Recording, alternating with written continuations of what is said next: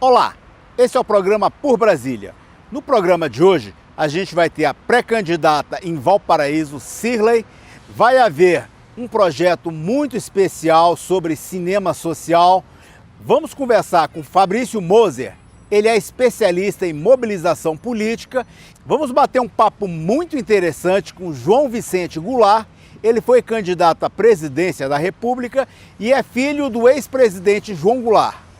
Então, pessoal, as pessoas têm nos pedido e a gente tem exibido aqui o que as pessoas têm solicitado. Esse é o programa Por Brasília, vocês podem acompanhar tudo através do website porbrasilia.com.br. Por Brasília.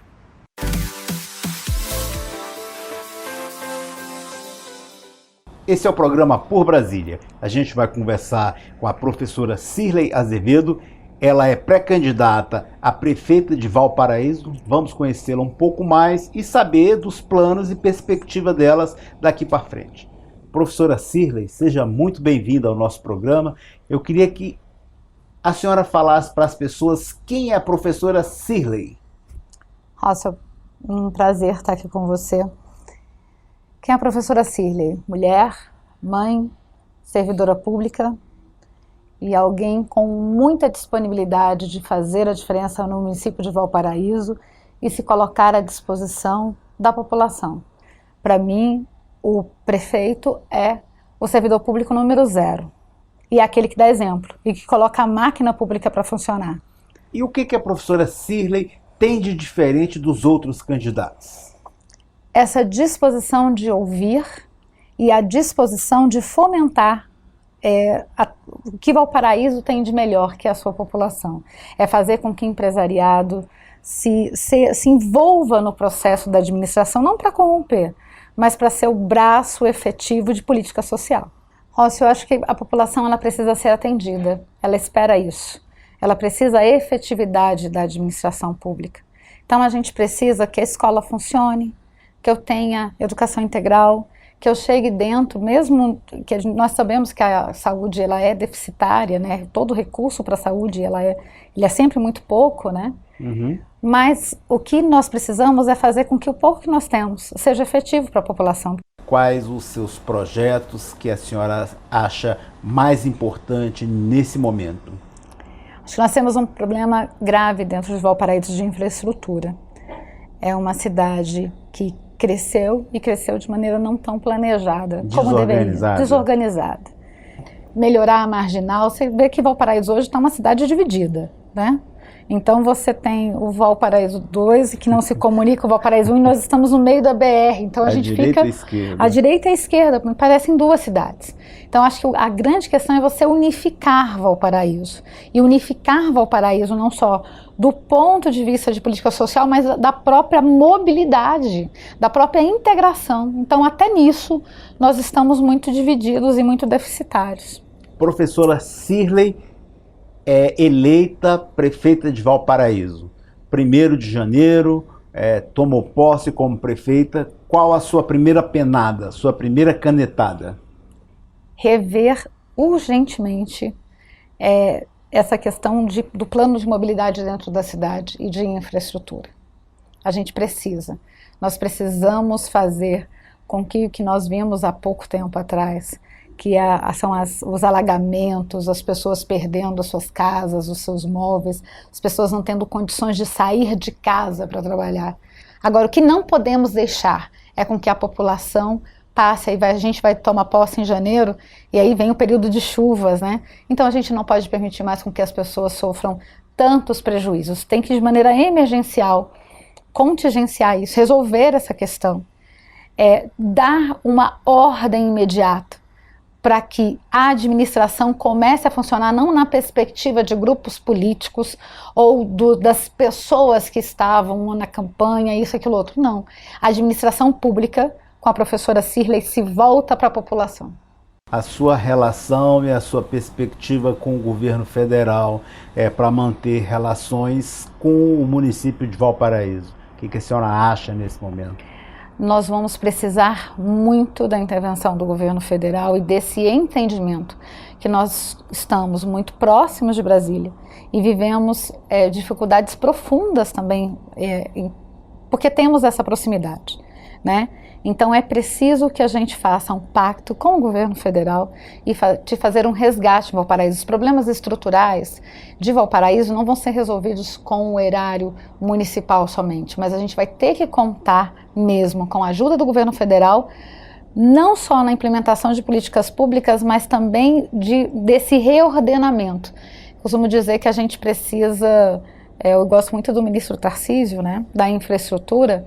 Então, se nós conseguirmos fazer com que o ministro fique pelo menos 1 hora com os olhos voltados para o Valparaíso, acho que a gente consegue dar um freio de arrumação e colocar a cidade, pelo menos que as pessoas tenham vontade de permanecer. Qual a sua vontade agora, nesse momento, que acontecesse em Valparaíso? O que a senhora gostaria que tivesse acontecendo em Valparaíso nesse momento? A minha vontade é que nesta pré-campanha nós estivéssemos discutindo projeto, nós não estivéssemos discutindo legalidade, nós não estivéssemos discutindo óbvio, que é fazer com que tudo funcione para atender a população.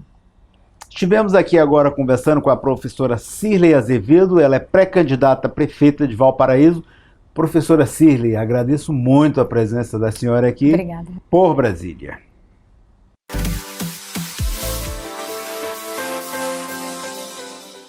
Olá, pessoal. Nosso alerta de hoje é sobre alimentos nos cinemas. O estabelecimento que vende alimentos, que vende pipoca, refrigerantes, chocolates ou outros alimentos, ele não pode obrigar o consumidor a adquirir esses produtos no estabelecimento. O consumidor pode adquirir esses produtos em outro local e adentrar ao cinema portando esses produtos que foram adquiridos em outro local. Então, o cinema que vende esses alimentos, ele não pode obrigar o consumidor a adquiri-los dentro do estabelecimento. O consumidor é livre para adquirir esses produtos onde ele quiser. Agora, apenas os estabelecimentos que vendem produtos é que não podem impedir a entrada destes produtos vindo de outro estabelecimento. Os estabelecimentos que não vendem esses produtos, eles podem então proibir que o consumidor entre com alimento, porque é política do estabelecimento não ter alimentos no seu interior. Até o próximo programa, gente.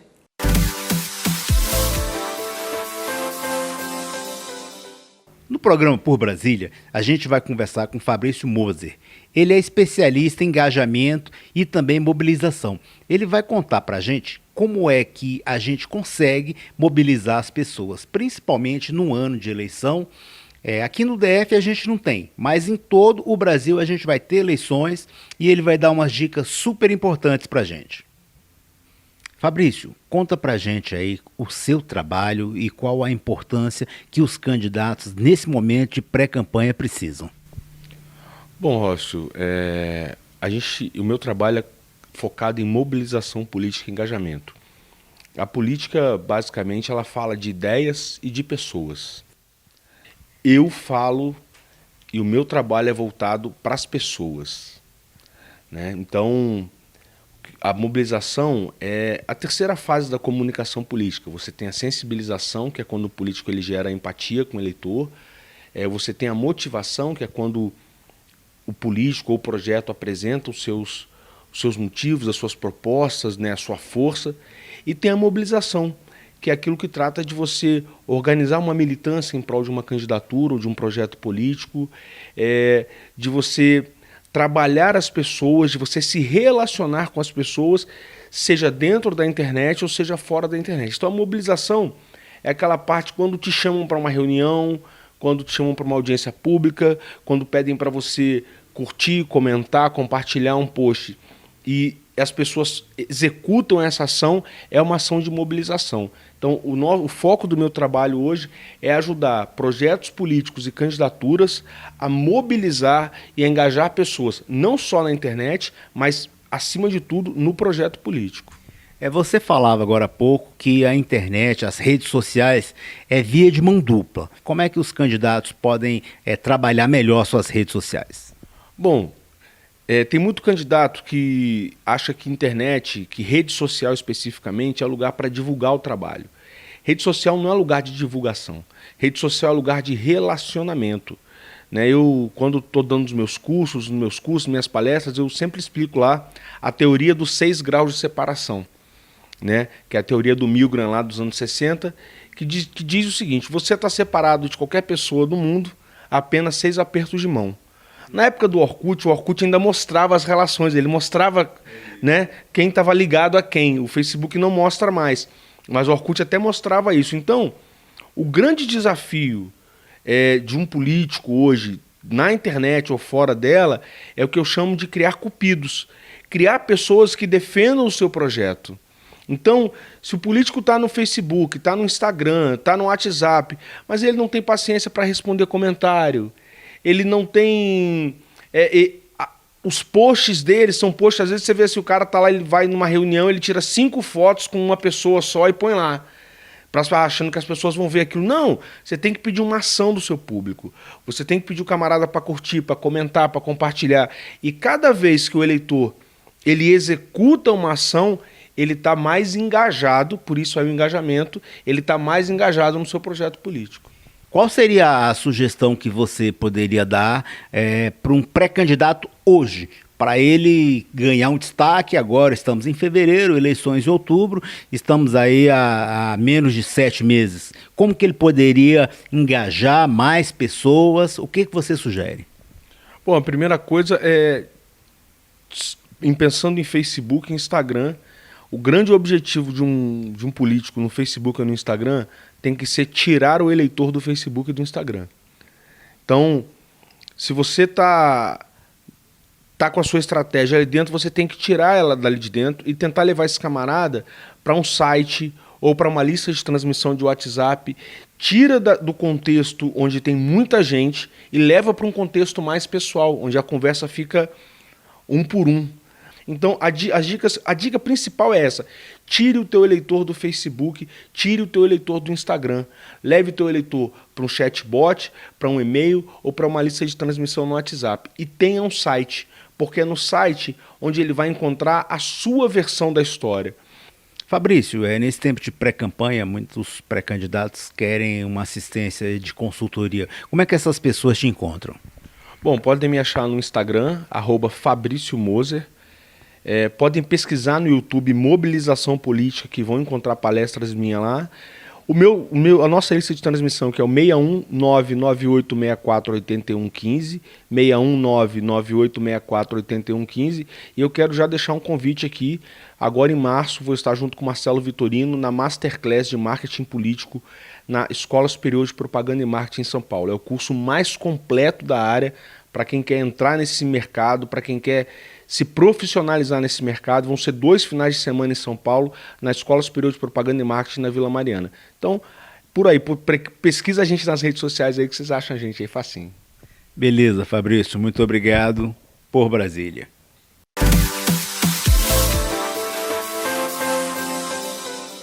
Olá, amigos. Eu sou a doutora Rita, fisioterapeuta aposentada do Ministério da Saúde. Eu quero convidar você a vir conhecer a nossa clínica de fisioterapia Espaço Vida. Estamos localizados aqui no Jardim Botânico.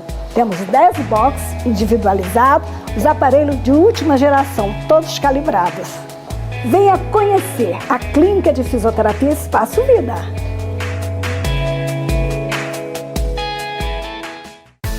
Real Acessórios, o maior mercado de autopeças do Centro-Oeste, com 25 anos, 11 lojas em Brasília, agora em Goiânia, aqui na Castelo Branco.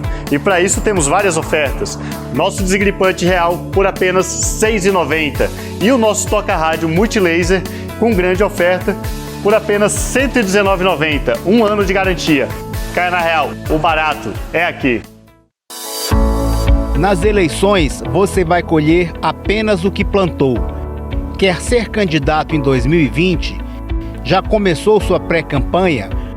Não perca mais tempo. Comece já. Nós, da Royal Politics, podemos aumentar suas chances de vitória. Criamos a estratégia certa para você. A hora é agora. Royal Politics. 6199-623-1632.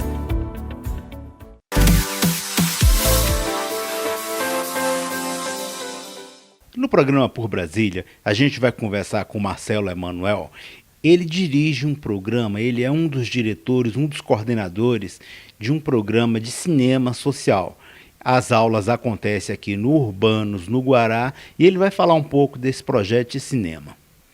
Marcelo, conta pra gente como que é esse projeto, quais os objetivos desse cinema social. A Escola de Cinema Social Cinebrasa, né, ela nasce dos movimentos sociais e é uma iniciativa da ONG Evolução Projetos Sociais, né? A gente trabalha na perspectiva da democratização dos meios de comunicação e da democratização do ensino do audiovisual, né? Então a gente criou essa escola de cinema social em que a gente trabalha a questão do cinema ligado a direitos humanos e cidadania, né? Então é um curso que acontece durante o ano, são 2 anos de cursos. As aulas acontecem aos sábados e o curso é dividido em 2 módulos, o módulo básico e o módulo de produção dirigida. A nossa pegada é um cinema muito mais na prática, muito mais na produção, né? Mas mesmo assim a gente tem alguns conteúdos teóricos que a gente passa para os alunos, como roteiro, direção de fotografia, produção, figurino, arte, enfim. Então o aluno ele tem um apanhado geral para trabalhar essas questões, que são as questões sociais, como direito de cidadania, diversidade, questão racial, enfim, todo esse processo que envolve nessas questões de movimentos sociais e culturais. Então a escola opera nesse sentido.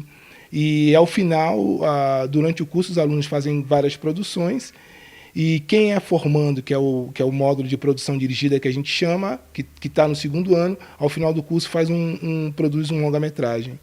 As pessoas têm algum critério para poder participar? Idade, estar estudando? Como que é esse critério? Bom, a escola, como a gente trabalha na perspectiva da democratização do ensino do audiovisual, é uma escola gratuita. Os professores que fazem parte da escola são todos cineastas aqui em Brasília, né? Todos têm produção, todos trabalham com cinema. E nós podemos atender no máximo até 30 alunos por turma, né? Então a gente tem que fazer um processo seletivo, dividido em 2 etapas. A primeira etapa, as pessoas fazem uma inscrição, a gente faz uma pré-seleção, e na segunda etapa é uma entrevista. O que conta são a questão da diversidade, né? A gente quer ter um público diverso, o que conta é a idade também, a gente sempre atende as pessoas acima dos 50 anos, 60 anos, e as pessoas ligadas também ao movimento social, ao movimento cultural, e também as pessoas que nunca trabalharam com cinema, porque às vezes as pessoas que se inscrevem aqui no curso já trabalharam com cinema e tal, e a gente dá preferência também para quem nunca trabalhou com cinema, nunca fez nada com cinema e quer fazer o curso com a gente. Você falou que a matéria final é os alunos produzirem um longa-metragem. Existe alguns longa-metragens desse disponível para que as pessoas possam conhecer um pouco mais desse trabalho? Todas as nossas produções da escola, os curtas-metragens que os alunos produziram, longa-metragens que os alunos produziram, estão no nosso site. E tem sido muito procurado? Como é que está sendo a procura em cima disso daí? As nossas inscrições vão até o dia 22 de fevereiro, né? Então, dia 22 encerra. E a procura é muita, né? Porque são só 30 vagas e muitas pessoas procuram a escola. E quais os objetivos da agora para frente? Bom, a escola, quando ela começou, ela tinha um formato, né? E ao longo dos anos a gente vai mudando esse formato, porque a nossa pegada é uma pegada social, a gente vai acompanhando as dinâmicas que estão acontecendo na sociedade, as discussões, a própria engrenagem dos alunos que frequentaram a escola. E nós estamos numa nova fase que nós estamos aqui no Urbanos, né? Então é o 2º ano que a gente funciona aqui no Urbanos, no Guará, num centro cultural, que para a gente é muito importante estar num centro cultural, porque respira cultura, e essa é a nossa perspectiva, né? Ampliar mais ainda a escola para os próximos anos. O curso é custeado pela ONG, e a ONG tira esses recursos de onde? Existe algum financiador específico para esse projeto? A escola de cinema ela não tem recurso governamental por uma questão nossa mesma. A gente não quer trabalhar com recurso governamental. A ONG Evolução Projetos Sociais ela faz trabalhos na área de consultoria, de elaboração de projetos sociais, e é desse trabalho que a gente faz para outras instituições que a gente capta recurso mínimo aqui para a escola. Marcelo, agora quais os objetivos desse curso? O principal objetivo é formar pessoas, né, que possam trabalhar o cinema nessa perspectiva de mudança e transformação social, né? Que o nosso cinema possa ser levado para as escolas, para as universidades, que possa ser levado para as comunidades, para as favelas, para a periferia, enfim, que a gente consiga alcançar pela linguagem cinematográfica uma discussão que é muito importante, que são os direitos humanos e cidadania. Ok, Marcelo, obrigado. Por Brasília.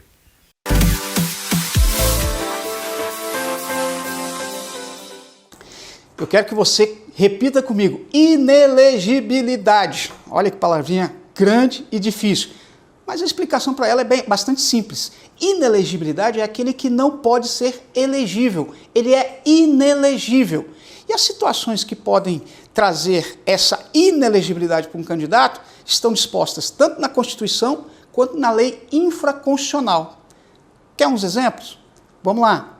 Aquele que foi condenado a partir de um colegiado por abuso de poder econômico, por abuso de poder político, por compra de votos, por fraude. Todos esses candidatos que tenham passado por uma ação eleitoral, nesse caso, e tenham contra si uma condenação transitada e julgado ou uma ação decidida em colegiado, já estarão inelegíveis, ou seja, não poderão participar de uma eleição em até 8 anos. Esse é o prazo legal da inelegibilidade.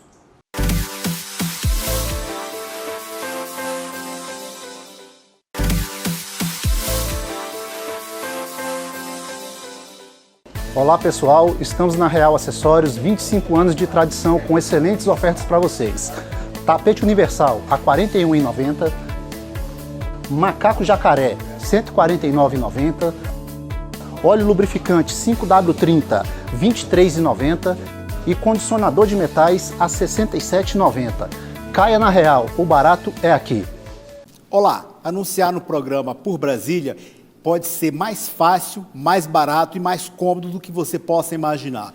Confira nossas promoções através do QR Code ao lado ou através do telefone WhatsApp 61 99 221 8832. São comerciais, merchandise, anúncios e diversas formas para você levar o seu negócio à frente. Eu tenho certeza que você vai ter sucesso e vai ser mais cômodo do que se possa imaginar. Caia na Real, o barato é aqui. Agora com 12 lojas. A 12ª loja acabou de ser implantada em Goiânia, na Avenida Castelo Branco, esquina com a Barão do Mauá. Venha e comprove tudo para o seu carro, da mais alta qualidade e com muita novidade para o seu carro.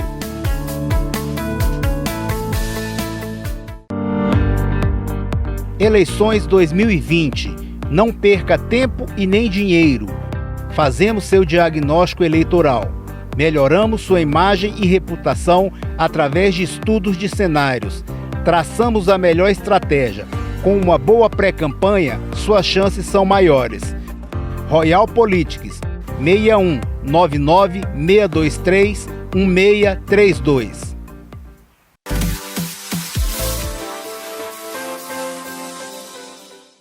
Esse é o programa Por Brasília. A gente vai conversar agora com João Vicente Goulart.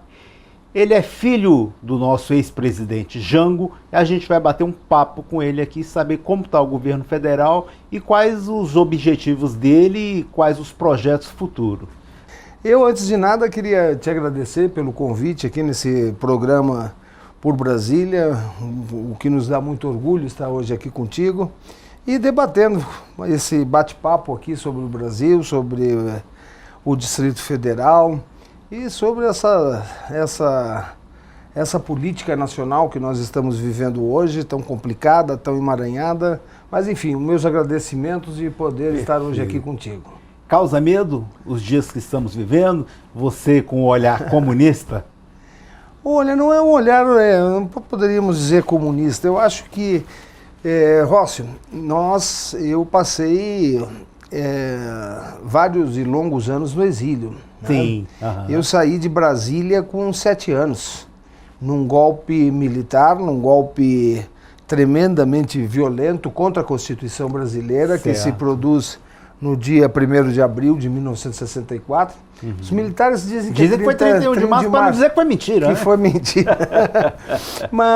E passamos 13 anos de exílio, meu pai faleceu no exílio. Sim. Aliás, torna-se o único presidente constitucional de nosso país a morrer no exílio, lutando pela liberdade, pela democracia, pela justiça social. E nós vivemos todo esse processo latino-americano. Na época, o que nós pensávamos na época, Rossi, que aquele golpe, né, que seria mais uma das tantas quarteladas que o Brasil já tinha tido, nós estávamos equivocados. Aquilo era um primeiro golpe na América Latina, orientado pelo Departamento de Estado americano, que se produz ao longo dos anos, ao ponto de, em 76, quando o meu pai faleceu, todas as nações latino-americanas eram dirigidas por ditadores militares que estavam instalados no poder. Então, esse período que nós estamos vivendo aí não nos assusta muito, não. Semelhante, você vê alguma Tem muitas semelhança? semelhanças, tem muitas semelhanças. Evidentemente que, guardada, né, a distância do tempo, né? Sim. Mas os atores, se nós olharmos um pouco mais especificamente para a sociedade brasileira, os atores são praticamente os mesmos, né? O que nós tivemos aí? Nós tivemos, não é como em 64, uma imprensa, uma grande imprensa completamente dirigida, né, para os interesses multinacionais, para a economia de mercado, que não aceita, não é, a construção de um país mais justo, com idênticas oportunidades para todos, que funcionou isso inclusive em 64, né? Nós tivemos a construção dirigida, a construção do IBAD, né? A construção do IBAD, que comprou centenas de redações, que metralhava todos os dias, naquela época era no cinema e tal, com filmetes contra o governo constitucional do presidente Goebbels Goulart. mesmo. Isso mesmo. E nós tínhamos também, não é, uma classe industrial, né, que fez a Marcha da Família, que foi a Fiesp. Sim, exatamente. Comprou generais. Semelhante ao governo hoje, a questão da família, religião. Só que naquela época eles trouxeram o padre Peyton, um padre americano, para fazer as marchas. Agora trouxeram um pato amarelo. Mas, enfim, os agentes são mais ou menos os mesmos. Esse é um período cíclico que eu acho, sinceramente, que não se mantém apenas com a retórica da direita, a retórica de costumes. O governo Bolsonaro, principalmente, ele tenta se sustentar na questão de baixar juros para atrair o mercado estrangeiro para investir. Só que essa baixa de juros, principalmente da taxa Selic, não tem chegado ao bolso dos brasileiros. Mas parte um pouco da retórica discursiva. Hoje entregador de pizza com uma microempreendedor. Microempreendedor. Então, veja só, sem direito de férias, sem direito de 13º, sem fundo de garantia. Não existe país que se desenvolva. O desenvolvimento econômico de um país se dá num consórcio da relação equilibrada entre capital e trabalho. Ele diz que a economia vai bem e a grande mídia... A grande mídia repete isso, mas 27 mil indústrias foram fechadas de 2016 até agora. Estivemos aqui com o João Vicente Goulart, filho de Jango, por Brasília.